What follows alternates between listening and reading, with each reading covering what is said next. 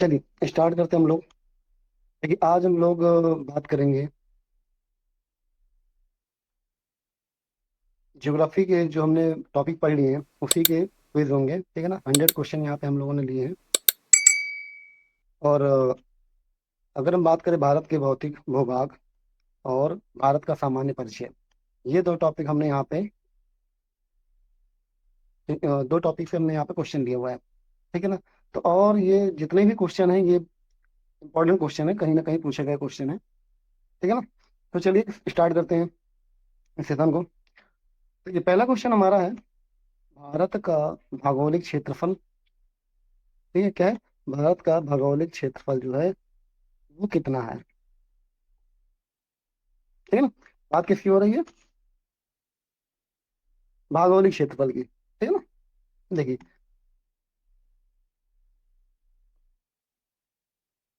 अगर बात करें भौगोलिक क्षेत्रफल की कि भारत का कुल क्षेत्रफल कितना है, तो वो कितना है? 32,87,263 किलोमीटर, ठीक है ना। 32,87,263 वर्ग किलोमीटर ये भारत का क्षेत्रफल कुल है, ठीक है। अब देखिए यहाँ पे क्वेश्चन को जब कभी कभी पूछा जाता है ना, शॉर्ट में दे देता है 32 लाख इतना समथिंग दे देता है, ठीक है। तो 32.8 भी आपका सही आंसर होगा जब यहाँ पे पूरा नहीं देगा तब।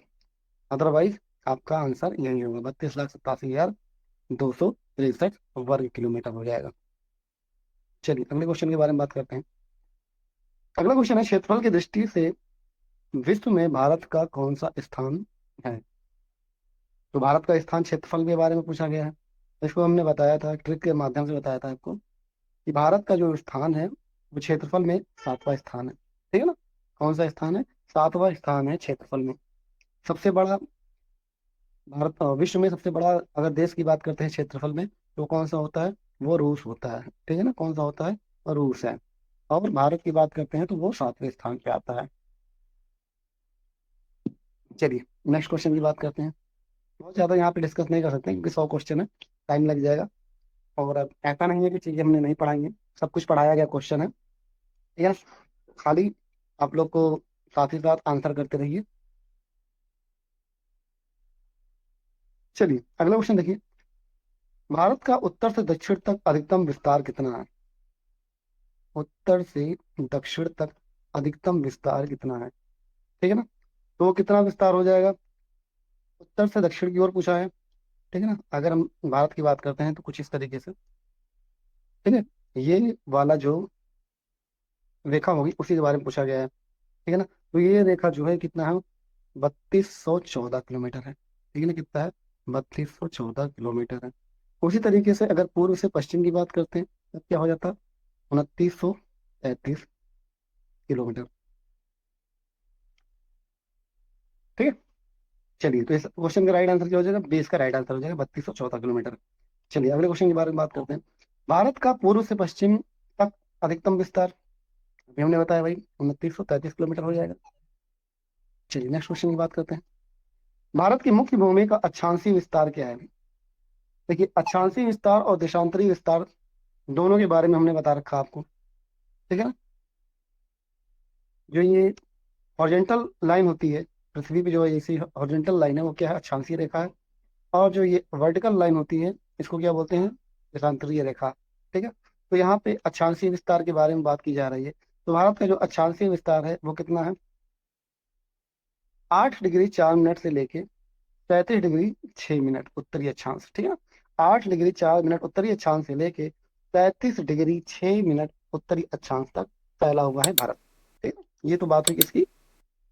अक्षांशीय विस्तार की। अब यहाँ पे बात हो रही है भारत का देशांतरी विस्तार के बारे में।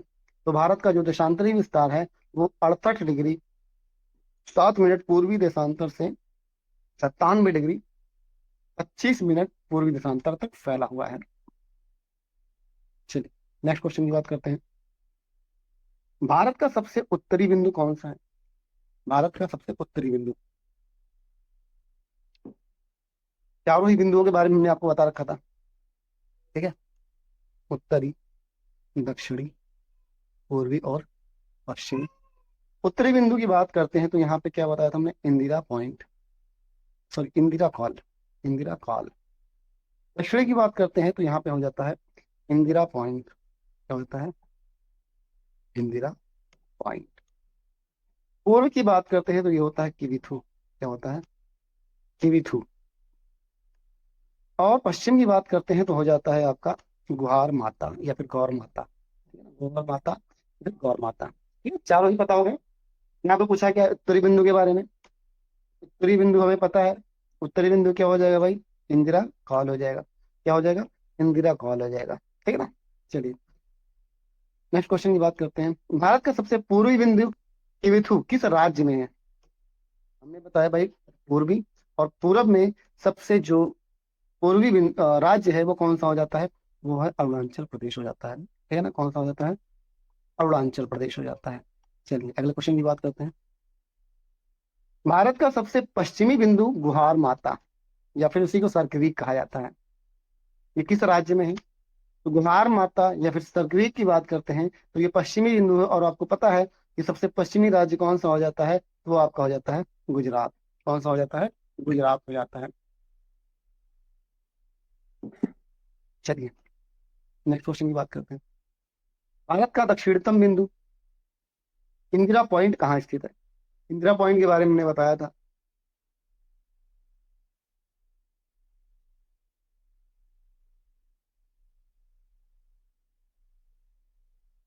ठीक है ना? इंदिरा पॉइंट। इंदिरा पॉइंट की बात करते हैं तो इंदिरा पॉइंट आपका कहाँ हो जाता है भाई? ग्रेट निकोबार में। ठीक है ना? कहाँ पे हो जाता है? ग्रेट निकोबार में। देखिए दक्षिणी बिंदु की अगर बात करते हैं तो दक्षिणी बिंदु दो तरीके से हमने आपको बताया था। एक तो मुख्य बिंदु की बात करते हैं तो मुख्य बिंदु कौन सा हो जाता है? कन्याकुमारी। कौन सा? कन्याकुमारी। ये मुख्य बिंदु है। और सिर्फ यहाँ पे पूछा गया था दक्षिणी दक्षिणतम बिंदु। जब केवल और केवल दक्षिणतम पूछा जाएगा तब राइट आंसर आपका इंदिरा पॉइंट होगा। और मुख्य भूमि पूछा जाएगा तब कन्याकुमारी होगा। ठीक है ना? तो यहाँ पे केवल और केवल दक्षिणतम बिंदु पूछा गया है तो इंदिरा पॉइंट हो जाएगा, जो कि कहाँ है? ग्रेट निकोबार में है। कर्क रेखा भारत के कितने राज्यों से होकर गुजरती है? Topic of cancer. कितने राज्यों से गुजरती है भाई? 8 राज्यों से। ठीक है ना? कितने राज्यों से? 8 राज्यों से। इसकी एक मैंने ट्रिक बताई थी आपको। ठीक है, क्या थी? गुरा, मक्ष,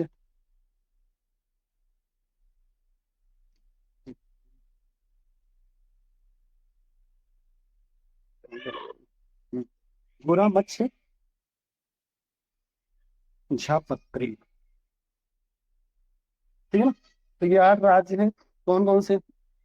पहला गुजरात हो जाता है, दूसरा राजस्थान हो जाता है, तीसरा मध्य प्रदेश या फिर एमपी हो जाता है, चौथा छत्तीसगढ़ हो जाता है, पांचवा झारखंड हो जाता है, छठा आपका पश्चिम बंगाल हो जाता है, सातवां आपका त्रिपुरा, और आठवां जो हो जाता है वो है मिजोरम। ठीक है ना? कौन सा हो जाता है? मिजोरम। तो ये 8 राज्य हैं जो कर्क रेखा से होकर गुजरते हैं। चलिए नेक्स्ट क्वेश्चन की बात करते हैं। निम्नलिखित में से किस राज्य से होकर कर्क रेखा नहीं गुजरती है? अभी हमने 8 राज्यों के बारे में आपको बताया है। और उन 8 राज्यों में कौन सा नहीं है? तो उड़ीसा नहीं आता है। ठीक है ना? उड़ीसा जो है ये कर्क रेखा के अंतर्गत नहीं आता है। ठीक है। चलिए क्वेश्चन। कर्क रेखा के सबसे निकट स्थित राजधानी शहर कौन सा है? सबसे निकट स्थित राजधानी कौन सा हो जाता है? तो वो हो जाता है आपका रांची। कौन सा हो जाता है भाई? रांची आपका आ जाए कि जो कर्क रेखा है उसके सबसे निकट है। ठीक है ना? कौन सा हो जाता है? आपका रांची हो जाता है। ठीक है। चलिए, भारत की मानक समय रेखा IST, international standard time, international standard time zone जो है वो पूछा जा रहा है किस देशांतर को माना गया है? ठीक है ना? तो 82.82 डिग्री पूर्वी देशांतर को माना गया है। 82.82 डिग्री पूर्वी देशांतर। और ये भारत मानक समय रेखा लिया कहाँ गया है पूछा जाता है कई बार। ठीक है ना? तो आपको कहीं कहीं नैनी देखने को मिलेगा या फिर मिर्जापुर देखने को मिलेगा। ठीक है ना? दोनों में से कोई एक ही आपको देखने को मिलेगा। तीसरा ये पूछा जाता है कि भारतीय मानक समय से रेखा से होकर कितने राज्य होकर गुजरते हैं? तो वो 5 राज्य हैं। ठीक है ना? कितने राज्य हैं? 5 राज्य हैं। कौन कौन सा है? पहला है यूपी, दूसरा हो जाता है आपका एमपी, तीसरा हो जाता है छत्तीसगढ़, चौथा हो जाता है उड़ीसा, और पांचवा हो जाता है आंध्र प्रदेश। ठीक है ना, आंध्र प्रदेश। तो ये पांच राज्य हैं जो आपके आगे की भारतीय मानक समय रेखा से होकर पूछ जाते हैं। चलिए नेक्स्ट क्वेश्चन की बात करते हैं। जाता है पांच राज्यों से, विद विच मीन, तो कितना है वो, 5:30 मानक समय है, या फिर कहा जाए इंडियन स्टैंडर्ड टाइम, आईएसटी ना, आईएसटी से, जो ये आईएसटी है भारत का समय है, ये जीएमटी ग्रीनविच मीन टाइम से कितना आगे है, 5 घंटे, 5:30 घंटे। ठीक है ना, कितना, 5:30 घंटे। कहने का मतलब है जीएमटी में अगर 12 बज रहा है तो हमारे यहाँ 5:30 बजेगा। ठीक है। और ये जीएमटी कहाँ पे है, ग्रीनविच मीन टाइम कहाँ पे स्थित है, तो ये आपके लंदन में स्थित है। कहाँ पे, लंदन में। चलिए नेक्स्ट क्वेश्चन की बात करें। भारत की मानक समय रेखा और कर्क रेखा एक दूसरे को किस राज्य में काटते हैं, किस राज्य में काटते हैं भाई। हम्म, मान लीजिए ये क्या है, कर्क रेखा है, और ये मानक समय रेखा है। तो ये जो सेंटर पॉइंट होगा वही पूछा जा रहा है, ये कहाँ पे काटता है। ठीक है, तो याद रखिएगा, ये छत्तीसगढ़ में। कहाँ पे, छत्तीसगढ़ में कट करता है ये आपके। चलिए, भारत की स्थलीय सीमा की कुल लंबाई कितनी है लगभग। स्थलीय सीमा मतलब कि जो ऊपर वाला बाउंड्री है, ठीक है ना, ऊपर वाला जो समुद्र तट से नहीं लगा हुआ है, उसी की बात हो रही है। तो ये आपका लगा हुआ है 15,200 किलोमीटर, 15,200 किलोमीटर। ठीक है ना, स्थलीय सीमा की लंबाई कुल कितनी है, 15,200 किलोमीटर। भारत की मुख्य भूमि तटीय लंबाई कितनी है, मतलब जो आपका समुद्र से लगा हुआ रेखा है उसकी बात हो रही है, तटीय रेखा की बात हो रही है। ठीक है ना। तो यहाँ पे मैंने एक चीज आपको बताया था कि पुराना, जब कहा जाए कि जो पहले का इसकी रूपरेखा थी, जो लंबाई थी, वो कितनी थी, 7,516.6 किलोमीटर। तो ये पुराना है, ठीक है ना, ये पुराना है, बट इसको हम इस समय नहीं लेंगे। अभी कहा जाए कि जो तटीय लंबाई है वो कितनी है भाई, 11,098 किलोमीटर। कितना, 11,098 किलोमीटर। तो इस लाइन को हमें याद रखना है, ये पुरानी थी तो इसलिए इसको खत्म कर दीजिएगा। ठीक है ना। अब क्वेश्चन ऐसा पूछ सकता है कि जो पुरानी मानक था, पुराना मानक, तब उस समय तो ये राइट आंसर होगा, बट जो नवीनतम पूछा जाएगा तब आपका राइट आंसर ये हो जाएगा, नवीनतम में। चलिए,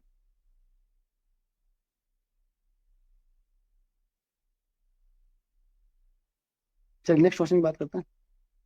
द्वीपों सहित जो द्वीप है उनको लेकर भारत की कुल तटीय लंबाई कितनी है, कुल तटीय लंबाई कितनी हो जाएगी भाई द्वीप को लेके। ठीक है।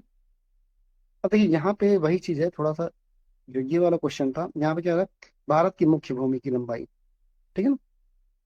तो अभी क्या है, दोनों का आंसर सेम ही होगा, यही 11,098 किलोमीटर। ठीक है ना। देखिए हुआ क्या था,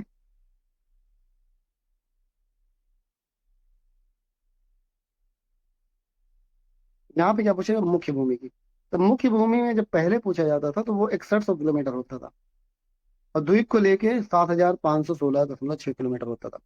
बट जो अभी नवीनतम आंकड़ा है, उस केस में आप जो भी पूछेगा तो वो रहेगा आंसर 11,098 किलोमीटर ही रहेगा। ठीक है ना, क्या रहेगा, 11,098 किलोमीटर रहेगा। इसका आंसर क्या हो जाएगा, 11,098 किलोमीटर। तो ये याद रखना है। ठीक है ना, जो तटीय लंबाई है, ये वाली लंबाई कितनी है, 11,098 किलोमीटर है।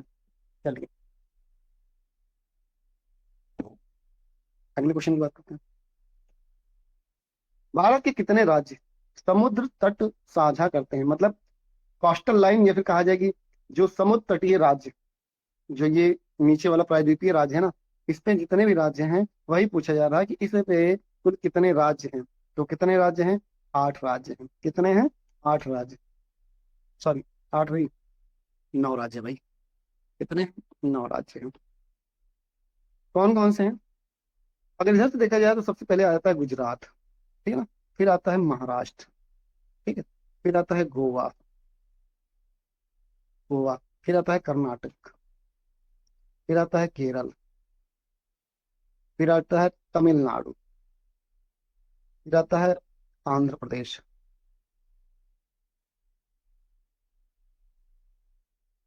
फिर आता है आपका उड़ीसा। और लास्ट में आता है पश्चिम बंगाल। ठीक है, तो कुल कितने हो गए भाई? 9। 1 2 3 4 5 6 7 8 9। कितने राज्य हैं? 9 राज्य हैं जो समुद्र तट से लगे हुए हैं। ठीक है ना, कितने राज्य हैं? 9 राज्य हैं। ठीक है, चलिए। भारत में सबसे लंबी तटरेखा वाला राज्य कौन सा है? तो सबसे लंबी तटरेखा किसकी है? वो है गुजरात। ठीक है ना, इसकी जो बाउंड्री है वो सबसे लंबी कहा जाए कि समुद्र तट से लगी है। ठीक है ना, समुद्र में, ये समुद्र के किनारे जो बाउंड्री है वो सबसे ज्यादा किसकी है? वो गुजरात की है। किसकी है? गुजरात की। ये चीज आपको ध्यान रखना कि सबसे लंबी तटरेखा वाला राज्य कौन सा हो जाएगा? तो हो जाएगा गुजरात। चलिए नेक्स्ट क्वेश्चन की बात करें। गुजरात के बाद दूसरी सबसे लंबी तटरेखा। अब ये क्वेश्चन तो मान लीजिए पुराना हो चुका है, कई बार पूछा गया, बट क्वेश्चन ये पूछ लिया आपसे तो बहुत लोग कंफ्यूज हो जाएंगे। ठीक है ना, तो इसका राइट आंसर क्या हो जाएगा? तमिलनाडु हो जाएगा। क्या हो जाएगा? तमिलनाडु हो जाएगा। भारत की सबसे लंबी, सॉरी सबसे छोटी तटरेखा। हमने सबसे लंबी तटरेखा की तो बात कर ली कि सबसे लंबी तटरेखा किसकी है? गुजरात की है। बट अगर आपसे पूछा जाए कि सबसे छोटी तटरेखा किस राज्य की है, तो वो क्या हो जाएगा भाई? अगर आपने मैप देखा होगा तो आपको पता होगा सबसे छोटा जो तट राज्य है वो किसका है? गोवा। ठीक ना, और क्षेत्रफल में भी सबसे छोटा ही राज्य कौन सा है? गोवा है। ठीक है ना, कौन सा है? गोवा है।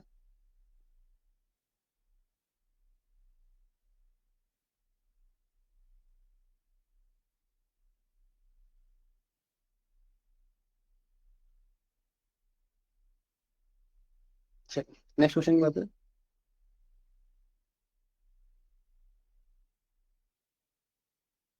भारत की सबसे लंबी अंतरराष्ट्रीय स्थलीय सीमा। सबसे लंबी अंतरराष्ट्रीय सीमा का मतलब सबसे ज्यादा कहा जाए कि बाउंड्री दूसरे देश से। अंतरराष्ट्रीय, अंतरराष्ट्रीय का मतलब दूसरे देशों से जो भारत की सीमा है वो सबसे ज्यादा किसकी लगती है? वो है बांग्लादेश की। ठीक है ना, बांग्लादेश की जो बाउंड्री है भारत की, बांग्लादेश की बाउंड्री है कितनी है? 4096 किलोमीटर। ठीक है ना, 4096 किलोमीटर जो बाउंड्री है वो कहा जाए कि बांग्लादेश से लगती है भारत की। ठीक है ना, किससे लगती है? बांग्लादेश से लगती है। ठीक है ना, किससे? बांग्लादेश से लगती है। तो सबसे ज्यादा किससे लगता है भाई? बांग्लादेश से लगता है।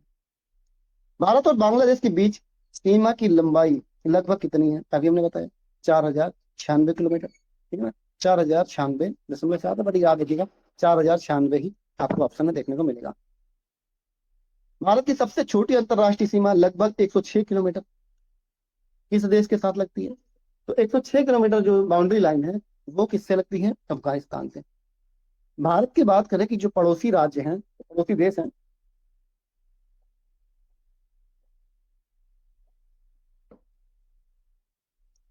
भारत के जो पड़ोसी देश हैं वो कुल कितने पड़ोसी देश हैं भाई? तो वो है आपके 7। 7 देश हैं जो भारत से सीमा साझा करते हैं। कितने राज्य देश है? 7। कौन कौन से हो जाते हैं? अगर आप पश्चिम से, पश्चिम से आप पूर्व की ओर जाओगे कुछ इस तरीके से, ऐसे जाओगे ना, तो इसका जो सीक्वेंस है कुछ इस तरीके से होगा आपका। सबसे पहले आपको पाकिस्तान मिलेगा, सबसे पश्चिम में। ठीक है, फिर थोड़ा सा ऊपर जाओगे तो आपको मिलेगा अफगानिस्तान। ठीक है, फिर आप उत्तर पूर्व में जाओगे तो मिल जाएगा चीन। कौन मिलेगा? चीन। उसके नीचे ही जस्ट आप देखोगे तो नेपाल मिल जाएगा। क्या मिल जाएगा? नेपाल। नेपाल के थोड़ा सा और आगे जाओगे तो आपको मिल जाएगा भूटान। क्या मिल जाएगा? भूटान। और भूटान के नीचे आप देखोगे तो आपको बांग्लादेश मिलेगा। क्या मिलेगा? बांग्लादेश। और सबसे पूर्व की बात करते हैं तो पूर्व में सबसे जो देश है वो कौन सा हो जाएगा? वो हो जाएगा आपका म्यांमार। ठीक है ना, कितने देश है भाई? 7 देश है जो भारत से सीमा बनाते हैं। ठीक है ना, कितने? 7 देश। मैकमोहन रेखा किन 2 देशों के बीच सीमा साझा करते हैं भाई? इसके कौन कौन से देश हैं? तो भारत और चीन। भारत और चीन के बीच मैकमोहन रेखा बनी हुई है। रेडक्लिफ रेखा का निर्धारण किस वर्ष किया गया था भाई? तो रेडक्लिफ जो निर्धारण हुआ था 1947 में, जब हमारा देश आजाद हुआ था। ठीक है ना, 15 अगस्त, 15 अगस्त 1947 में, ठीक है ना। इसी दिन क्या हुआ था, भारत और पाकिस्तान का बंटवारा हो गया था। रेड क्लिफ एक व्यक्ति था, उसने क्या किया, एक लाइन खींची भारत और पाकिस्तान के बीच, सिर्फ मैप में खींचा था, ठीक है ना, मैप में। और उसी लाइन को क्या कहा गया था, रेड क्लिफ कहा गया था। वही कब आया था, 1947 में, ठीक है ना, जब हमारा देश आजाद हुआ था, ठीक है ना। तो 1947 में रेड क्लिफ रेखा का निर्धारण होता है। डूरंड रेखा वर्तमान में मुख्यतः किन दो देशों के बीच होता है, ठीक।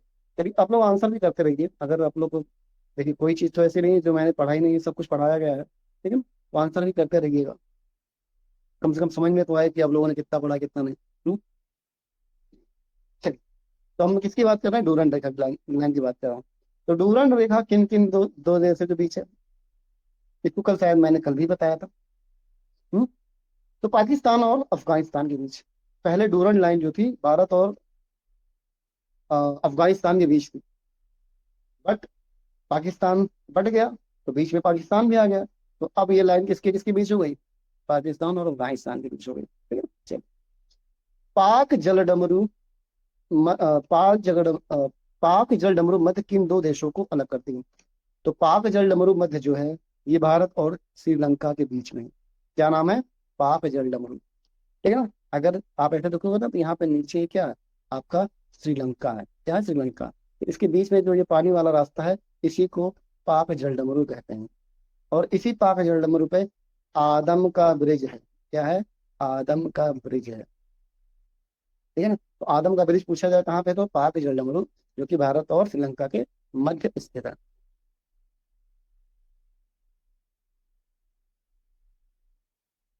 चल, अगला क्वेश्चन देखिए, भारत के कितने राज्य नेपाल के साथ सीमा साझा करते हैं। तो नेपाल के साथ पूछा जा रहा है। अगर आप देखोगे ना, तो नेपाल कुछ भारत में कुछ इस तरीके से है, ऊपर उत्तर में ऐसे है। हम्म, आप यहाँ देखोगे तो यहाँ पे उत्तराखंड मिलेगा, क्या मिलेगा, उत्तराखंड। नीचे आपको मिल जाएगा यूपी, क्या मिल जाएगा, यूपी। यूपी सबसे ज्यादा यूपी ही लगा हुआ है। फिर यहाँ पे आपको मिलेगा बिहार, क्या मिल जाएगा, बिहार। फिर यहाँ पे मिल जाएगा आपको पश्चिम बंगाल, क्या मिल जाएगा, पश्चिम, ठीक है ना। कौन कौन से भाई, उत्तराखंड है, उत्तर प्रदेश है, बिहार और पश्चिम बंगाल, ठीक है। और एक चीज और ध्यान दें भाई, ऊपर लगा हुआ है सिक्किम भी लगा हुआ है, ठीक है ना। ऊपर यहाँ पे जो है सिक्किम भी लगा हुआ है, सिक्किम। तो कुल कितने देश हो गए भाई, सॉरी कितने राज्य हो गए, नेपाल से लगने वाले कुल कितने राज्य हैं, वो 5 राज्य हैं, ठीक है ना। कितने राज्य हैं, 5 राज्य, उत्तराखंड, उत्तर प्रदेश, बिहार, पश्चिम बंगाल और सिक्किम, ठीक है ना? कितने, 5 राज्य हैं, क्लियर। चलिए, निम्नलिखित में से कौन सा राज्य बांग्लादेश के साथ 3 तरफ से घिरा हुआ है। किसी का आंसर नहीं आ रहा भाई, ऐसा नहीं कि बहुत ज्यादा टफ क्वेश्चन पूछा जा रहा है, सब इजी क्वेश्चन है, ठीक है, सब के सब इजी क्वेश्चन है। अब ये, अब अगर आप ना कर पाओ तो फिर दिक्कत हो जाएगा, ठीक है ना। और यही होता है लास्ट में जब पेपर होता है, तो समझ लो कि अरे सर ये गलत हो गया। तो गलत कैसे होगा, आप या तो सही से पढ़ नहीं रहे हैं भाई। हम्म, इसीलिए बार बार कहा जाता है, चीजें जो पढ़ाई जाती हैं ध्यान रखिए, और उसका एक बार रिवीजन जरूर करिए। बिना रिवीजन के कुछ होने वाला नहीं है, ठीक है ना। नोट्स भी दे दिया जा रहा है इसके लिए, नोट्स पढ़ा, उठा के पढ़ लीजिए, ठीक है? चलिए, तो निम्नलिखित में से कौन सा राज्य बांग्लादेश के साथ 3 तरफ से घिरा हुआ है, तो वो कौन सा है, वह है आपका त्रिपुरा, ठीक है ना। बांग्लादेश की बात करें तो बांग्लादेश कुछ इस तरीके से है, ठीक है ना। और यहीं पे क्या है, त्रिपुरा है, ठीक है ना, क्या है, त्रिपुरा है, त्रिपुरा है। और ये कहा जाए कि सिर्फ और सिर्फ इस साइड जो है भारत से सटा हुआ, बाकी तीनों से क्या है, त्रिपुरा, मतलब बांग्लादेश से लगा हुआ है, ठीक है ना, बांग्लादेश से लगा हुआ है। म्यांमार के साथ भारत के कितने राज्य सीमा बनाते हैं, म्यांमार के साथ। म्यांमार सबसे पश्चिम में है, सॉरी सबसे पूर्व में, सबसे पूर्व में क्या है, म्यांमार है। सबसे पूर्व में कौन सा देश है, वो है म्यांमार है। अगर म्यांमार की बात करते हैं तो कुछ इस तरीके से, जो आपका पीछे एकदम पूर्व में, ठीक है ना, पूर्व में जो रात वो है, मतलब ये बाउंड्री जो है ये किससे बनाती है, म्यांमार से बनाती है। और मैप में अगर देखोगे तो इधर जो नॉर्थ ईस्ट वाले देश हैं तो वही लगे हुए हैं, ठीक है ना, नॉर्थ ईस्ट के देश। तो वो कौन कौन से देश हो जाएंगे भाई? कुल मिला के कितने राज्य हैं? राज्य की बात हो रही है तो चार राज्य हैं। कितने राज्य हैं? चार राज्य हैं जो म्यांमार से सीमा बनाते हैं, ठीक है ना। चलिए, अब देखिए चार राज्य हैं तो ये याद रखिएगा चारों राज्य है कौन कौन से हैं, क्योंकि ये क्वेश्चन भी पूछा जाता है। ये भी क्वेश्चन पूछ लिया था कि कौन कौन से राज्य हैं जो इन देशों के साथ या फिर किस देश के साथ सीमा नहीं लगता है, ठीक है ना। तो याद रखिए ये जो राज्य हैं कौन कौन से, सबसे नीचे आपको मिल जाएगा मिजोरम, ठीक है ना। कुछ यहाँ भी बात कर लें, इसके ऊपर जाओगे तो आपको मिल जाएगा भाई मणिपुर, ठीक है ना। और ऊपर जाओगे तो नागालैंड मिल जाएगा, ठीक है ना, या नागालैंड। और सबसे ऊपर की बात करते हैं अरुणाचल प्रदेश, ठीक है ना, क्या हो जाएगा, अरुणाचल प्रदेश। तो ये चार राज्य हैं जो इससे सीमा बनाते हैं, म्यांमार से, ठीक है ना, किससे बनाते हैं, म्यांमार से बनाते हैं। चलिए नेक्स्ट क्वेश्चन की बात करते हैं। 8 डिग्री चैनल किन दो भूभागों को अलग करता है? 8 डिग्री, 9 डिग्री, 10 डिग्री, तीनों ही बताया था मैंने आपको।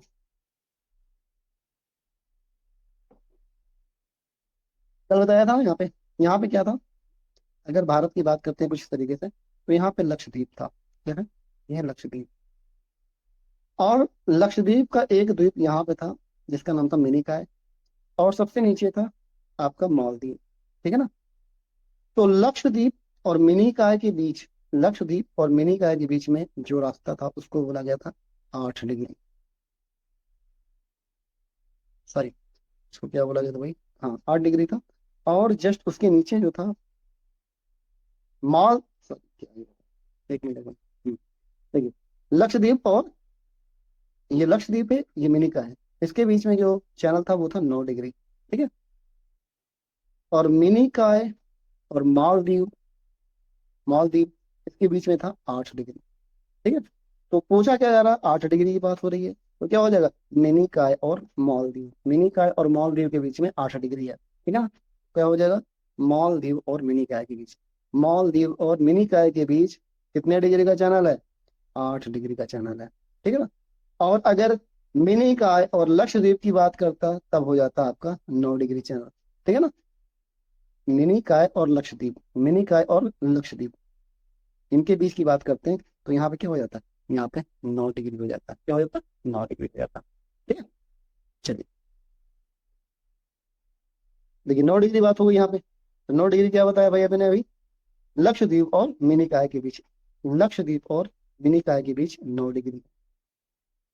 10 डिग्री चैनल की बात हो गई, कल इनके बारे में भी बताया था भाई कि 10 डिग्री चैनल जो है आपके किसके किसके मध्य है भाई, 10 डिग्री किसके किसके मध्य हो जाएगा,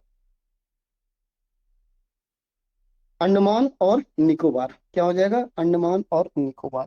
तो अब देखिए यहाँ पे एक चीज देखा जाए तो एक आंसर दिया हुआ है लिटिल अंडमान और कार निकोबार, लिटिल अंडमान और कार निकोबार, और ऊपर दिया है अंडमान और निकोबार। जब आपको ये ऑप्शन में ना दिया रहे, जब ये ना दिया रहे ना, तब ये होगा, बट अगर ये दिया हुआ है तो राइट आंसर क्या होगा, लघु अंडमान और कार निकोबार के बीच में 10 डिग्री है, ठीक है। लघु अंडमान और कार निकोबार के बीच में 10 डिग्री चैनल स्थित है, ठीक है। चलिए, डंकन पास किसके मध्य स्थित है भाई, डंकन पास दक्षिण अंडमान और लिटिल अंडमान के बीच, उत्तरी अंडमान और मध्य अंडमान के बीच, कार निकोबार, ग्रेट निकोबार, या फिर लक्षद्वीप और मालदीव। तो आंसर क्या हो जाएगा, डंकन पास जो है दक्षिण अंडमान और लिटिल अंडमान के बीच में है, ठीक है ना। लिटिल अंडमान और दक्षिण अंडमान के बीच में कौन सा है, डंकन पास है। चलिए नेक्स्ट की बात करते हैं, ग्रेट चैनल की बात करें तो ग्रेट चैनल कल बताया था ये भी, इंदिरा पॉइंट और इंडोनेशिया, इंदिरा पॉइंट और इंडोनेशिया, या फिर कभी कभी क्या देखने को मिलेगा, इंडोनेशिया और भारत, ठीक है ना, क्योंकि जो इंदिरा पॉइंट है वो भारत में ही है। तो भारत और इंडोनेशिया के बीच में ग्रेट चैनल स्थित है, क्या है, ग्रेट चैनल है। कोको जल संधि किनके मध्य है भाई? अब देखिए कोको जलसंधि की बात करना, कोको क्या है? एक द्वीप है। क्या है? द्वीप। कोको द्वीप था जो पहले भारत के पास था, बट उसको किसको दे दिया गया? म्यांमार को दे दिया गया था। किसको दिया गया? म्यांमार को दे दिया गया। तो कोको तो म्यांमार में चला गया, और म्यांमार के, और कहीं दिख रहा? कहीं नहीं दिख रहा। इसका मतलब हमारा आंसर यही हो जाएगा। कहने का मतलब है, अगर म्यांमार और भारत होता तब भी राइट आंसर सही होता। अब अंडमान और म्यांमार दिया है तो भी आपका राइट आंसर होता। या फिर कहीं कहीं आपको देखने को मिलेगा कोको द्वीप। क्या देखने को मिलेगा? कोको द्वीप और अंडमान। ठीक है, तब भी इसका राइट आंसर हो जाता है। ठीक है, चलिए। प्रादेशिक सीमा, प्रादेशिक समुद्री सीमा, लिमिट टेरिटोरियल सी, तट रेखा से कितनी दूरी तक होती है? तो प्रादेशिक समुद्री सीमा जो होती है वो कहा जाए कि तट रेखा से 12 समुद्री मील होता है। ठीक है ना? क्या होता है? 12 समुद्री मील होता है। ठीक है ना? क्या होता है? 12 समुद्री मील। अब इसको हमने शायद नहीं बताया था आपको, इसको हम अलग से बता देंगे। ठीक है ना? थोड़ा सा इसको मैप में समझोगे तो आप ज्यादा समझ में आएगा। ये 12 समुद्री मील क्या होता है, 24 समुद्री मील क्या होता है, और 200 समुद्री मील, ये तीनों ही चीजें हैं। तीनों का अलग अलग नाम है। ठीक है? तीनों का ही अलग अलग नाम है। ठीक है? तो 12 समुद्री मील तो आपका हो जाता है प्रादेशिक समुद्री सीमा। और 24 समुद्री मील को कहा जाता है भाई आपका संलग्न क्षेत्र मंडल। क्या कहते हैं? संलग्न क्षेत्र मंडल। उसी तरीके से 200 समुद्री मील को क्या कहा जाता है? तो 200 समुद्री मील को कहा जाता है भाई अनन्य, अनन्य संलग्न क्षेत्र। अनन्य संलग्न क्षेत्र कहा जाता है इसको। ठीक है? तो ये प्रादेशिक सीमा, ये संलग्न क्षेत्र, और ये अनन्य संलग्न क्षेत्र। यहाँ पे प्रादेशिक सीमा की बात की गई है तो 12 ही हो जाएगा। अनन्य आर्थिक क्षेत्र, अभी मैंने बताया, अनन्य आर्थिक क्षेत्र कितना हो जाएगा? 200 समुद्री मील हो जाएगा। ठीक है? क्या हो जाएगा? 200। चलिए, क्षेत्रफल की दृष्टि से भारत का सबसे बड़ा राज्य कौन सा होता है? क्षेत्रफल की दृष्टि से, एरिया के अकॉर्डिंग, तो क्या हो जाएगा? राजस्थान हो जाएगा। क्या हो जाएगा? राजस्थान हो जाएगा। चलिए, क्षेत्रफल की दृष्टि से भारत का सबसे छोटा राज्य, अभी मैंने बताया भाई गोवा। सबसे बड़ा राज्य क्षेत्रफल में राजस्थान, सबसे छोटा गोवा हो जाएगा। चलिए, भारत का एकमात्र जिला कौन सा है जिसकी सीमा 4 राज्यों से लगती है भाई? कौन सा है बताया तो नहीं भी? क्या हो जाएगा? सोनभद्र। उत्तर प्रदेश का सोनभद्र है, जो बिहार से भी लगा हुआ है, झारखंड से भी, छत्तीसगढ़ से भी, और मध्य प्रदेश से। ठीक है? चलिए, पुदुचेरी का माही क्षेत्र किस राज्य की भौगोलिक सीमा के अंतर्गत आता है? तो मैंने आपको पुदुचेरी के बारे में बताया था भाई। जो पुदुचेरी है ना, पुदुचेरी, इसके 3 जो जिला है वो 3 राज्यों में है। 3 जिले 3 राज्यों में। माहे की बात हो रही है तो माहे जो है वो केरल में है। कहाँ है? केरल में। ठीक है ना? कहाँ पे? केरल में है। चलिए, भारत का शून्य मील केंद्र कहाँ स्थित है? शून्य मील केंद्र पूछा जा रहा है भाई। इस शून्य मील केंद्र भारत का कहाँ स्थित है? हम्म क्या हो जाएगा? भारत का शून्य मील केंद्र कहाँ स्थित है? नई दिल्ली, नागपुर, भोपाल, या फिर इलाहाबाद। तो कहाँ हो जाएगा भाई? नागपुर। ठीक है ना? नागपुर, जो कि कहाँ पे है? महाराष्ट्र में। महाराष्ट्र।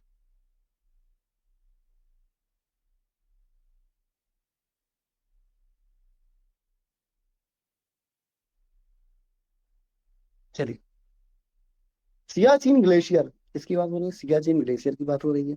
विवाद किन 2 देशों के बीच है? तो सियाचिन ग्लेशियर की बात करते हैं तो ये भारत और चीन के बीच, ठीक है ना? भारत और चीन के बीच में ये एक कहा जाए विवाद का विषय है, सियाचिन ग्लेशियर। ठीक है? चलिए, मरकत द्वीप, इसकी बात हो रही है भाई। मरकत द्वीप के नाम से किसे जाना जाता है?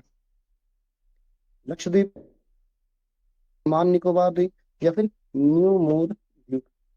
ठीक है ना? तो मरकत द्वीप क्या हो जाएगा भाई आपका? ये हो जाएगा लक्षद्वीप। ठीक है ना? क्या हो जाएगा? मरकत द्वीप जो हो जाएगा आपका लक्षद्वीप कहलाता है। सॉरी सॉरी, मरकत द्वीप की बात हो रही है ना। मरकत द्वीप आपका अंडमान निकोबार द्वीप समूह, ठीक है ना। क्या हो जाएगा, अंडमान और निकोबार द्वीप समूह को क्या कहते हैं भाई, मरकत द्वीप भी कहा जाता है। क्या कहते हैं, मरकत द्वीप कहते हैं, ठीक है ना। चलिए, अंडमान निकोबार द्वीप समूह में मैंने बताया था कल कितने द्वीप हैं, कुल द्वीपों की संख्या कितनी है, 700, 572, 572, जिसमें से 38 ऐसे द्वीप हैं जहां पर आबादी है, जहां पर लोग जीवन यापन कर रहे हैं। चलिए, हिमालय पर्वत श्रृंखला किस प्रकार के पर्वत का उदाहरण है, हिमालय की बात हो रही है। हिमालय पर्वत श्रृंखला किस प्रकार के पर्वत का उदाहरण है, ब्लॉक पर्वत है, वलित पर्वत है, ज्वालामुखी पर्वत है, या फिर अवशिष्ट पर्वत है। तो याद रखिएगा, हिमालय कोई पर्वत है वो वलित पर्वत है, ठीक है ना। वलित पर्वत या फिर कहा जाए नवीन वलित पर्वत, क्या, नवीन वलित पर्वत, ठीक है, नवीन वलित पर्वत है। चलिए, भारत में हिमालय की सबसे ऊंची चोटी कंचनजंगा किस राज्य में स्थित है, कंचनजंगा की बात हो रही है। हम्म, अरुणाचल प्रदेश में, सिक्किम में, उत्तराखंड या फिर हिमाचल प्रदेश। तो कंचनजंगा की बात अगर की जाए तो कहाँ पे स्थित है, सिक्किम में, ठीक है ना।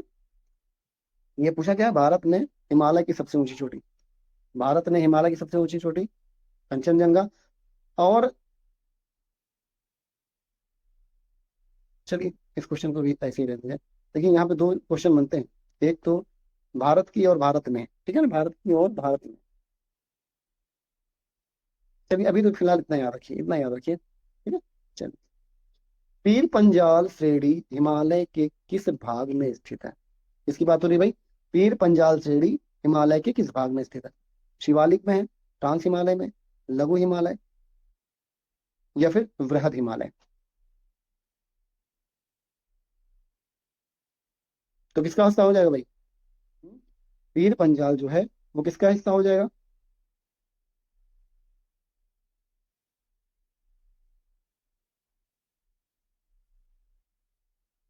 हम्म पीर पंजाल की बात करते हैं तो ये मध्य हिमालय या फिर लघु हिमालय का हिस्सा है, किसका है, मध्य हिमालय या फिर लघु हिमालय का हिस्सा है आपका, कौन सा, पीर पंजाल, ठीक है। चलिए, पटकाई भूम, पटकाई भूम की बात करें अगर, पटकाई भूम पहाड़ियां भारत के किस राज्य में स्थित है, उत्तरी पश्चिमी, दक्षिणी, उत्तर पूर्वी, या फिर मध्य भारत। तो पटकाई भूम कहाँ हो जाएगा भाई, पटकाई भूम कहाँ जाएगा, देखिए,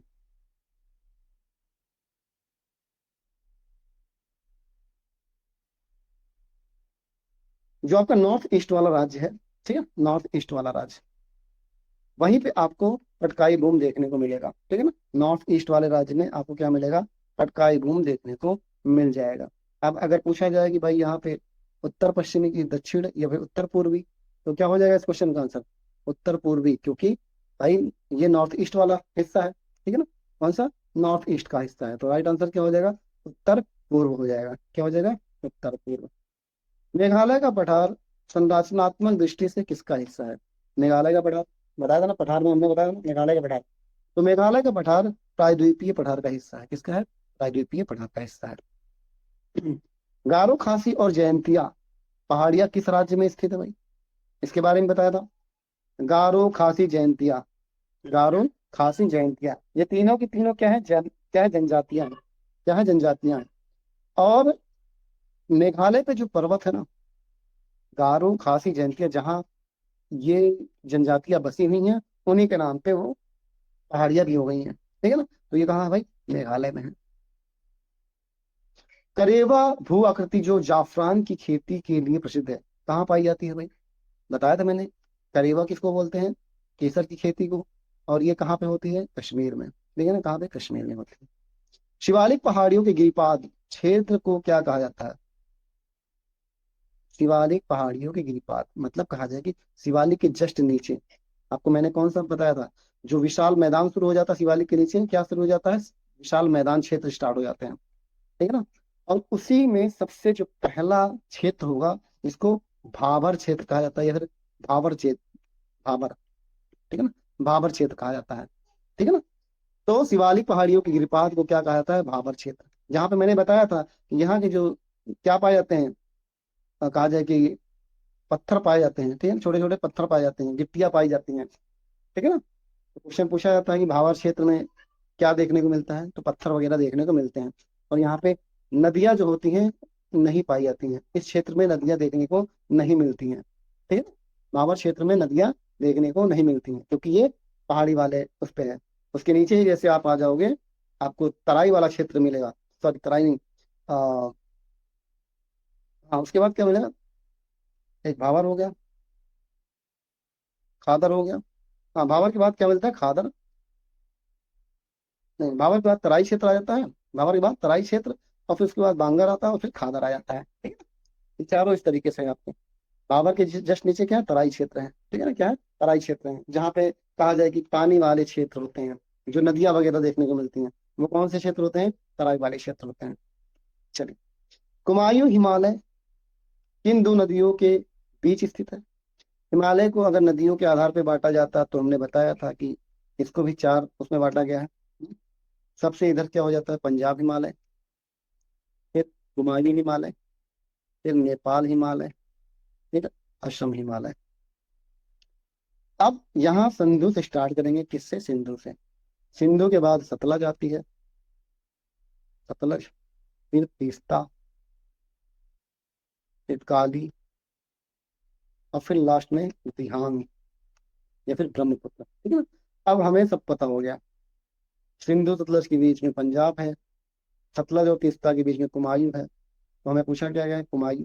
तो सतलज और तीस्ता के बीच में, सतलज और तीस्ता कहाँ दिख रहा है भाई?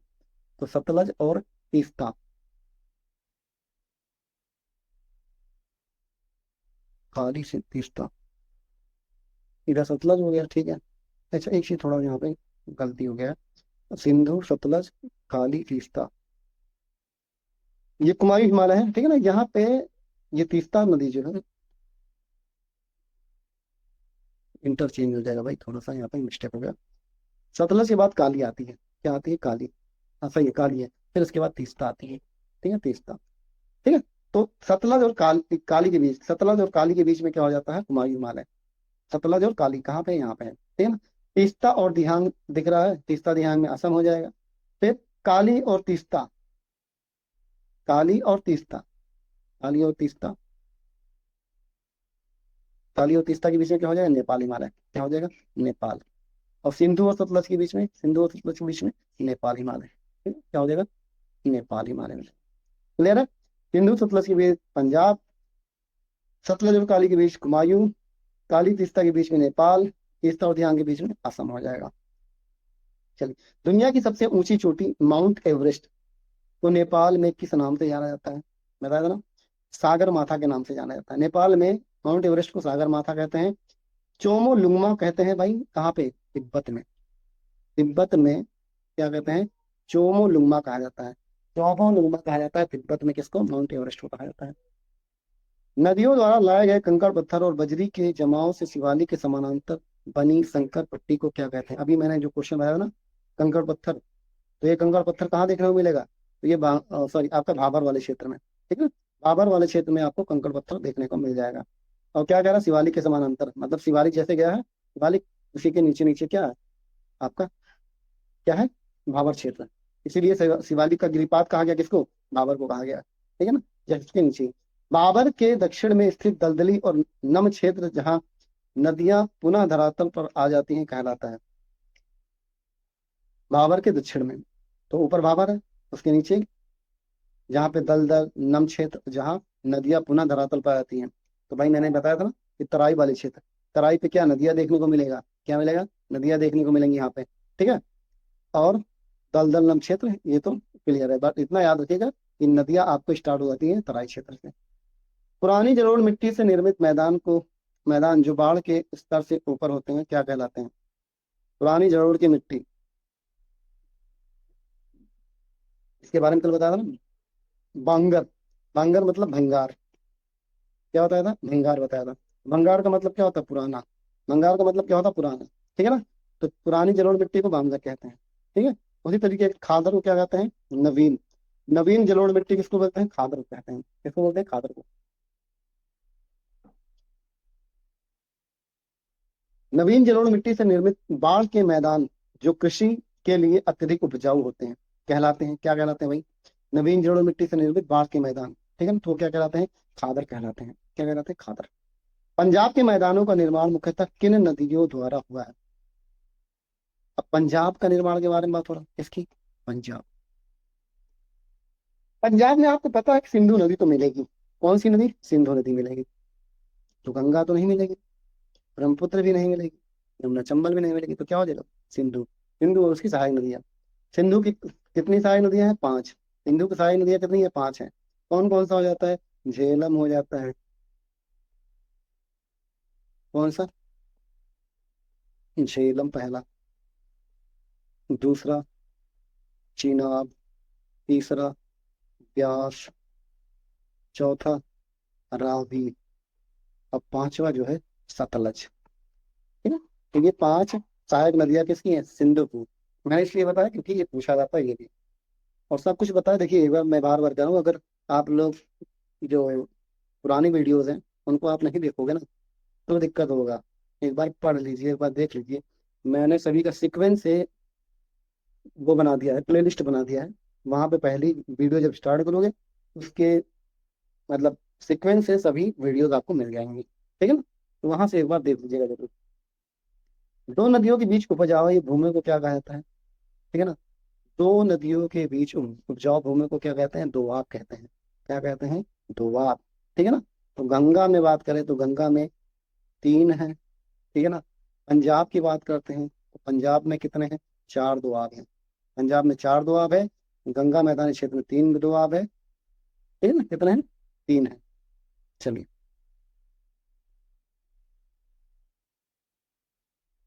बारी दोआब किन दो नदियों के बीच में? बारी पंजाब में है। ठीक है। एक बा है और दूसरा री है। मैंने इसको आपको समझाया था। रा से रावी समझ लीजिए, अब बा से व्यास समझ लीजिए। ठीक है ना, तो व्यास और रावी, व्यास और रावी जहां लीजिए राइट आंसर। तो व्यास और रावी राइट आंसर हो जाएगा इसका। गंगा के मैदान का विस्तार किन दो नदियों के बीच माना जाता है? गंगा का विस्तार, आसान सा क्वेश्चन ये भी है। तो क्या हो जाएगा? घग्गर और तीस्ता है? बिल्कुल नहीं होगा। यमुना और ब्रह्मपुत्र? नहीं होगा। गंगा और कोसी या फिर सिंधु और गंगा? तो क्या हो जाएगा? सिंधु और गंगा हो जाएगा। ठीक है ना। अच्छा, गंगा के मैदान क्षेत्र की बात हो रही है। गंगा के मैदान क्षेत्र, तो गंगा में मैदान क्षेत्र भाई सिंधु तो नहीं आएगा, गंगा और कोसी आएगा। ठीक है ना। क्यों? क्योंकि गंगा तो आपको पता है पूरा का पूरा यूपी में है। उसके बाद कोसी मिल जाती है। कोसी मिलती कहाँ पे है? कोसी मिल जाती है बिहार में। कहाँ पे? बिहार में मिल जाती है। ठीक है ना। तो गंगा और कोसी हो जाएगा, गंगा और कोसी हो जाएगा। ब्रह्मपुत्र का मैदान मुख्यतः भारत के किस राज्य में स्थित है? ब्रह्मपुत्र का मैदान तो सभी को पता है। ब्रह्मपुत्र का मैदान कहाँ स्थित है भाई? असम में। ठीक है ना। और असम में ही ब्रह्मपुत्र मैदान पर कहा जाए कि एक जो नदी द्वीप है जिसको बोलते हैं माजुली, विश्व का सबसे बड़ा नदी द्वीप माजुली ब्रह्मपुत्र नदी पर है, असम में है। बांगर क्षेत्र में पाए जाने वाले चूनेदार कंकड़ को स्थानीय भाषा में क्या कहते हैं? क्या पूछेंगे भाई? बांगर क्षेत्र में पाए जाने वाले चूनेदार कंकड़ को स्थानीय भाषा में क्या कहते हैं? रेह कहते हैं, घूर कहते हैं, कंकड़ कहते हैं, या फिर कल्लर कहते हैं। ठीक है ना। तो क्या हो जाएगा? उसी को बोलते हैं भाई आपका कंकड़ कहा जाता है। ठीक है ना, क्या बोलते हैं? कंकड़ कहते हैं। इस चीज को ध्यान रखिएगा। ठीक है ना। चलिए। प्रायद्वीपीय पठार की आकृति कैसी है? बताया था ना। भारत में जो प्रायद्वीपीय द्वीप है यहाँ पे कुछ इस तरीके से ये क्या है? ये पूरा का पूरा प्रायद्वीप है, सॉरी पठार है। तो इसकी आकृति कैसी है? त्रिभुजाकार है। ठीक है ना, कैसी है? त्रिभुजाकार है। भारत की सबसे प्राचीन पर्वत श्रृंखला कौन सी है जो प्रायद्वीपीय पठार के उत्तर पश्चिम में स्थित है? उत्तर पश्चिम, उत्तर पश्चिम ये वाला भाग है। ठीक है ना। तो क्या मिल जाएगा आपको? अरावली। ठीक है ना, क्या हो जाएगा? अरावली मिलेगा आपको। चलिए। अरावली पर्वत की सबसे ऊंची चोटी कौन सी है? क्या हो जाएगा? गुरु शिखर। ठीक है ना, क्या हो जाएगा? गुरु शिखर। और गुरु शिखर कहाँ पे स्थित है भाई? आपका माउंट आबू पर। माउंट आबू पर स्थित है। माउंट आबू क्या है? हिल स्टेशन है। और उसी पे गुरु शिखर है। ठीक है ना। और सबसे प्राचीन पर्वत श्रेणी अरावली। विंध्य और सतपुड़ा पर्वत श्रेणियों के बीच से कौन सी नदी बहती है? विंध्य और सतपुड़ा। तो विंध्य और सतपुड़ा के बीच में नर्मदा बहती है। कौन सी? नर्मदा। ठीक है ना। तो दो नदियां ऐसी हैं जो पूर्व से पश्चिम की ओर बहती है, कुछ इस तरीके से बहती है। कौन कौन सी? एक तो नर्मदा है, दूसरी ताप्ती। ये पूर्व से पश्चिम की ओर, पूर्व से पश्चिम। अब बाकी जितनी नदियां हैं वो पश्चिम से पूर्व की ओर बहती हैं, ठीक है। चलिए, सतपुड़ा श्रेणी की सबसे ऊंची चोटी कौन सी है? कलसुबाई, महाबलेश्वर, धूपगढ़ या फिर महेंद्रगिरी, ठीक है ना। तो सतपुड़ा श्रेणी की सबसे ऊंची चोटी क्या हो जाती है? धूपगढ़ हो जाती है। क्या हो जाती है? धूपगढ़ हो जाती है। प्रायद्वीपीय पठार की सबसे ऊंची चोटी, दक्षिण भारत की सबसे ऊंची चोटी कौन सी हो जाएगी भाई? तो दक्षिण भारत की सबसे ऊंची चोटी कौन सी हो जाती है? वो हो जाती है अनाईमुड़ी, ठीक है ना। चलिए, प्रायद्वीपीय पठार की सबसे ऊंची चोटी अनाईमुड़ी, ठीक है। चलिए, अनाईमुड़ी चोटी किस पहाड़ी पर स्थित है? किस पहाड़ी पर स्थित है पूछा यार आप। तो अनाईमुड़ी की बात करते हैं तो ये आपके अन्नामलाई, नीलगिरी, इलायची या फिर पालनी, ठीक है ना। तो क्या हो जाएगा? अन्नामलाई पहाड़ी पर स्थित है आपकी अनाईमुड़ी चोटी, ठीक है ना। नीलगिरी के बारे में बताया था कि जहाँ पे पूर्व और पश्चिम मिलते हैं, इसी को क्या बोलते हैं? नीलगिरी कहते हैं। कार्डमम पहाड़ी की बात करते हैं तो सबसे भारत की दक्षिणतम है, ठीक है ना। सबसे दक्षिणतम कहाँ कौन सी है? वह कार्डमम है, ठीक है ना। कौन सी है? कार्डमम। पालनी की बात करते हैं तो ये भी केरल मिल जाएगा। तो ये भी केरल में है, ये भी केरल में है, ठीक है ना। इलायची की पहाड़ी को आपको सिर्फ इतना ध्यान रखना है कि अगर भारत पूछा जाता है, ये है कि भारत का सबसे दक्षिणतम, सबसे दक्षिणी पहाड़ी कौन सी है, तब कार्डमम पहाड़ी, इलायची की पहाड़ी कहलाता है, ठीक है ना। नीलगिरी पहाड़ियों की सबसे ऊंची चोटी कौन सी है? तो नीलगिरी पहाड़ियों की सबसे ऊंची चोटी कौन सी हो जाएगी भाई? कुद्रेमुख, अनाईमुड़ी, दोदा बेटा या फिर अगस्त्यमालाई। तो क्या आंसर हो जाएगा भाई? दोदा बेटा। नीलगिरी पहाड़ियों की सबसे ऊंची चोटी क्या हो जाएगी? दोदा बेटा हो जाएगा। चलिए, पश्चिमी घाट को महाराष्ट्र और कर्नाटक में किस नाम से जाना जाता है? पश्चिमी घाट को, ये पश्चिमी, ये पूर्वी, ठीक है ना। तो क्या कह रहा, महाराष्ट्र और कर्नाटक के बीच, मतलब यहाँ पे महाराष्ट्र अगर है और यहाँ पे क्या है? कर्नाटक है, तो क्या मिल जाएगा? क्या सह्याद्री कहेंगे, नीलगिरी कहेंगे, अन्नामलाई कहेंगे या फिर नल्ला मलाई कहेंगे? क्या होगा? महाराष्ट्र और कर्नाटक के बीच। अब देखिए, अगर हम बात करिए पूरा तो पूरा सह्याद्री कहलाता है। पश्चिमी घाट क्या कहलाता है? सह्याद्री कहलाता है। क्या कहलाता है? सह्याद्री कहलाता है, ठीक है ना। तो अन्नामलाई नहीं होगा, ये भी नहीं होगा। मतलब इस ऑप्शन से क्या होगा? राइट आंसर भाई सह्याद्री ही होगा। क्या होगा? सह्याद्री ही होगा, ठीक है ना। क्या कहलाएगा? सह्याद्री हो जाएगा, ठीक है ना। चलिए, छोटा नागपुर पठार की सबसे ऊंची चोटी, हम्म, छोटा नागपुर पठार की सबसे ऊंची चोटी, पारसनाथ, अमरकंटक, गुरु शिखर या फिर धूपगढ़। अब देखिए यहाँ से इस वो कर सकते हैं एलिमिनेट। एलिमिनेट कैसे करेंगे? धूपगढ़ तो होगा नहीं, विंध्य का होगा, गुरु शिखर किसका हो जाएगा? आपका अरावली का हो जाएगा। अमरकंटक और पारसनाथ, इन दोनों में से कोई एक होगा, ठीक है। अमरकंटक भी नहीं होगा। अमरकंटक की बात करते हैं तो ये आपका हो जाता है ये सतपुड़ा, ठीक है ना। ये सतपुड़ा की सबसे ऊंची चोटी हो जाती है, तो ये भी नहीं होगा। बचा क्या? पारसनाथ। तो छोटा नागपुर पठार की सबसे ऊंची चोटी कौन सी होती है? पारसनाथ। पश्चिमी तटीय मैदान के उत्तरी भाग, मुंबई से गोवा को क्या कहा जाता है? मुंबई से गोवा, ठीक है ना। देखिए, अगर हम बात करें कि पश्चिमी तटीय मैदान के उत्तरी भाग जो मुंबई से गोवा है, उसको क्या कहते हैं? हमने मालाबार तट के बारे में बताया आपको, कोंकण तट भी बताया था, कन्नड़ तट, कोरमनसा भी बता दिया था, ठीक है ना। तो मतलब कहा जाए कुछ इसी के बारे में पूछा जा रहा है, ठीक है। अगर हम बात करें जो कोरोमंडल तट है, ये आपका पूर्वी घाट में आ जाता है। यहाँ पे क्या है? यहाँ पे कोरोमंडल है। कन्नड़ तट और कोंकण तट, कन्नड़ तट और कोंकण तट। कोंकण तट की बात करते हैं तो यही राइट आंसर होता है भाई, मुंबई से गोवा के बीच में, मुंबई से गोवा के बीच में। कन्नड़ तट की बात करते हैं तो ये आपका कर्नाटक और केरल के बीच में जाता है, कर्नाटक और केरल के बीच में। मालाबार तट की बात करते हैं तो मालाबार तट आपको मिल जाएगा यहाँ पे, मतलब तमिलनाडु और केरल के बीच में, ठीक है। सारी चीजें मैंने वहां बता रखी हैं, यहाँ पे याद रखिए बस। अभी क्या मैंने बताया भाई? कोंकण तट राइट आंसर हो जाएगा। चलिए, पश्चिमी तटीय मैदान के दक्षिणी भाग, अभी बताया ना, कोंकण तट आपका गोवा और उसके बीच में हुआ था। मालाबार तट, अच्छा किसके बारे में पूछा, केरल तट के बारे में पूछा था, मतलब ये वाला, ठीक है ना। तो ये वाला जो हो जाएगा मालाबार तट, क्या हो जाएगा, मालाबार तट हो जाएगा, ठीक है ना। केरल तट जो है मालाबार तट के नाम से जानते हैं इसको। पूर्वी तटीय मैदान के दक्षिणी भाग आंध्र प्रदेश से तमिलनाडु को क्या कहा जाता है, तो अभी मैंने बताया कोरमंडल तट, क्या कहते हैं, कोरमंडल तट। गोदावरी और महानदी के बीच के पूर्वी तटीय भाग को क्या कहा जाता है, गोदावरी और महानदी के बीच, किसके बात हो रही है भाई, गोदावरी और महानदी के बीच के पूर्वी तटीय भाग को क्या कहा जाता है।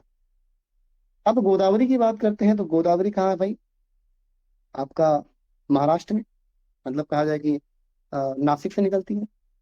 नासिक कहाँ, महाराष्ट्र में है। महानदी, इस क्वेश्चन का आंसर क्या हो जाएगा भाई, उत्तरी सरकार तो होगा नहीं। मालाबार तट आपका नीचे है, कोरोमंडल तट।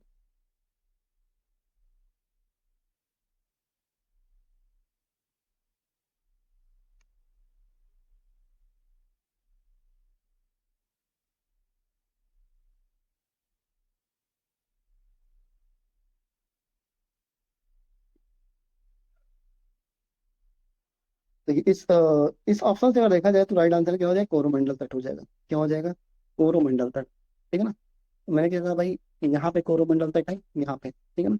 तो यहाँ पे तमिलनाडु है, तमिलनाडु, और यहाँ पे आंध्र प्रदेश है। तो गोदावरी नदी तो आपको यही देखने को मिलेगी कुछ इस तरीके से, और महानदी यहाँ से आती है। तो क्या हो जाएगा, इस हिसाब से इसका राइट आंसर क्या हो जाएगा, ए राइट आंसर हो जाएगा, ठीक है। चलिए, क्याल, किसकी बात हो रही है, बैक वाटर किस तट का एक महत्वपूर्ण विशेषता है, बैक वाटर या फिर किसकी बात हो रही है, कयाल की बात हो रही है, ठीक है। तो कोंकण तट का होगा भाई, या फिर कोरोमंडल तट का होगा, या फिर बात करते हैं मालाबार तट का, या फिर बात करें हम लोग उत्तरी सरकार का। हम्म इस क्वेश्चन का राइट आंसर क्या हो जाएगा भाई, इस क्वेश्चन का भी आंसर जो हो जाएगा आपका मालाबार तट, ठीक है ना, क्या हो जाएगा, मालाबार तट हो जाएगा। चल, प्रसिद्ध वेम्बनाड झील, किसकी बात हो रही है भाई, वेम्बनाड झील भारत के किस तटीय राज्य में स्थित है, उड़ीसा, केरल, आंध्र प्रदेश, या फिर तमिलनाडु। अगर वेम्बनाड झील की बात करें हम लोग कि भाई वेम्बनाड झील कहाँ पे है, तो ये आपके केरल में हो जाती है, ठीक है ना। वेम्बनाड झील कहाँ पे है, केरल में है, ठीक है ना, हाँ, केरल में है। चलिए, भारत में खारे पानी की सबसे बड़ी लैगून झील, देखिए ये क्वेश्चन भी अच्छा है, कई बार पूछा गया है। तो भारत में खारे पानी की सबसे बड़ी जो झील हो जाती है, तो वो, अच्छा क्या बोलिए, किस तट पर पूछा गया है, किस तट पर है, तो ये वाला तट है, ठीक है ना। तो इस तट पे आपको मालाबार तो तट मिलेगा नहीं, कोंकण तट मिलेगा नहीं, कोरोमंडल तट है, या फिर उत्तर सरकार तट हो जाएगा। तो क्या इसका आंसर हो जाएगा, उत्तर सरकार तट। क्यों होगा, क्योंकि भाई ये तो कोरोमंडल तट है, क्या है, कोरोमंडल तट, और इसी के ऊपर क्या है, उत्तर सरकार हो जाएगा, क्या हो जाएगा, उत्तरी सरकार हो जाएगा, ठीक है। राइट क्या होगा, आंसर क्या हो जाएगा, उत्तरी सरकार हो जाएगा। चलिए, पुलिकट झील किन राज्यों की सीमा पर स्थित है, पुलिकट झील, हम्म, अच्छा क्वेश्चन ये भी है। पुलिकट झील किन दो राज्यों के सीमा पर स्थित है, केरल और तमिलनाडु, आंध्र प्रदेश और तमिलनाडु, उड़ीसा और आंध्र प्रदेश, या फिर कहा जाए आ- कर्नाटक और केरल, ठीक है ना। इस क्वेश्चन का आंसर क्या हो जाएगा भाई, तमिलनाडु और आंध्र प्रदेश, तमिलनाडु और आंध्र प्रदेश के बीच में पुलिकट झील स्थित है, ठीक है ना। आंध्र प्रदेश और तमिलनाडु के बीच में आपका पुलिकट झील स्थित है। चलिए, पूर्वी तटीय मैदान पश्चिमी तटीय मैदान की तुलना में क्या है, इसको भी कल बताया था भाई। ये पूर्वी तटीय मैदान है और ये पश्चिमी तटीय मैदान है। जो पूर्वी तटीय मैदान है ना, ये चौड़ा है, कैसा है, ये चौड़ा है, और ये इस साइड वाला संकरा है, ठीक है। तो पूछा गया पूर्वी तटीय मैदान पश्चिमी तटीय मैदान की तुलना में कैसा है, तो क्या हो जाएगा, अधिक चौड़ा हो जाएगा, इस साइड वाला अधिक चौड़ा हो जाएगा। चलिए, कौन सा तट लौटते हुए मानसून उत्तर पूर्वी मानसून से भारी वर्षा प्राप्त करता है, अच्छा क्वेश्चन ये भी। कौन सा तट लौटते हुए मानसून से भारी वर्षा प्राप्त करता है, मालाबार तट हो जाएगा, कोंकण तट हो जाएगा, कोरोमंडल तट हो जाएगा, या फिर कन्नड़ तट, ठीक है ना। अब अगर इधर बात करते हैं तो इस कहा जाए कि दक्षिण पूर्वी कहा जाता है उसको।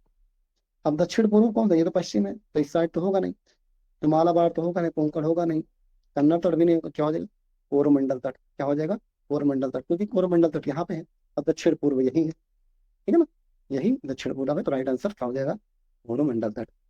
अंडमान और निकोबार द्वीप समूह किस जल निकाय में स्थित है? अंडमान निकोबार द्वीप समूह, अब ये भी बताया था भाई, अंडमान निकोबार द्वीप समूह कहाँ पे है, बंगाली खाड़ी में है। अंडमान और निकोबार द्वीप समूह की सबसे ऊंची चोटी, तो क्या हो जाएगा, सैंडल पीक, ठीक है ना। अब ये सब क्वेश्चन बहुत ज्यादा बताने लायक नहीं है भाई, सब बता चुके हैं। भारत का एकमात्र सक्रिय ज्वालामुखी कहाँ है, ये भी बताया था ना, बैरन द्वीप, क्या है, बैरन द्वीप, जो कि कहाँ है, अंडमान निकोबार में है, कहाँ पे है, अंडमान निकोबार। यहाँ पे दो है, एक तो बैरन हो जाएगा, ये सक्रिय है, और नारकोंडम क्या हो जाएगा, ये सुसुप्त है, या फिर कहा जाए सुप्त, सोता हुआ, दोनों ही कहाँ पे है, अंडमान में। लक्षद्वीप समूह किस प्रकार के द्वीपों का उदाहरण है, तो प्रवाल, ठीक है ना। चलिए, लक्षद्वीप समूह का सबसे बड़ा द्वीप कौन सा है, इसके बारे में बताया था, एंडोट, ठीक है ना। माजुली विश्व का सबसे बड़ा नदी द्वीप है, किस राज्य में है, माजुली की बात करें तो असम में है, ब्रह्मपुत्र नदी पर।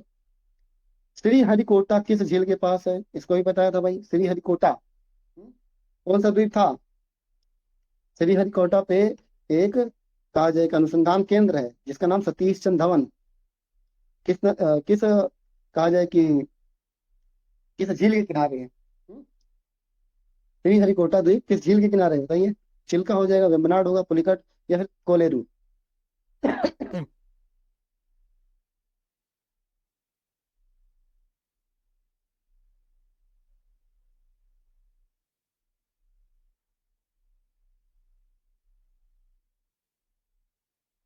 अगर हम बात करें कि वेम्बनाड कहाँ पे है आपका, केरल में होगा नहीं, कोलेरू पुलिकट, ठीक है ना, क्या हो जाएगा, पुलिकट, पुलिकट झील पे है, ठीक है ना। पम्बन द्वीप, रामेश्वर द्वीप, रामेश्वरम द्वीप भारत और किस देश के बीच स्थित है, बताओगा आपको, श्रीलंका के बीच में, ठीक है ना। न्यू मोर द्वीप, इसकी बात हो रही है, न्यू मोर द्वीप, न्यू मोर द्वीप किन दो देशों के बीच विवाद का कारण है, तो किसके बीच है भाई, भारत और बांग्लादेश के बीच में, ठीक है ना, भारत और बांग्लादेश के बीच में।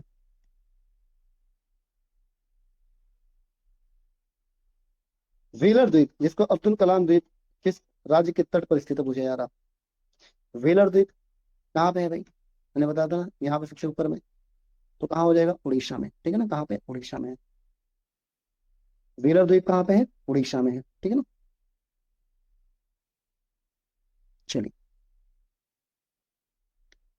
तो ये हमारे 100 क्वेश्चन यहाँ पे कंप्लीट हो गए, ठीक है ना। तो हमारा जो दो टॉपिक था वही हमारा कंप्लीट हो गया, हमने उसका रिवीजन भी कर लिया है, जो कि पहला क्या था, भारत का सामान्य परिचय, और दूसरा जो था भारत के भौतिक भूभाग, ठीक है ना। अब इसके बाद से जो तीसरा टॉपिक होगा हम लोग मंडे से स्टार्ट करेंगे, ठीक है ना। चलिए, आज के लिए इतना करते हैं, मिलते हैं फिर अगली क्लास में, तब तक के लिए गुड नाइट सभी लोग।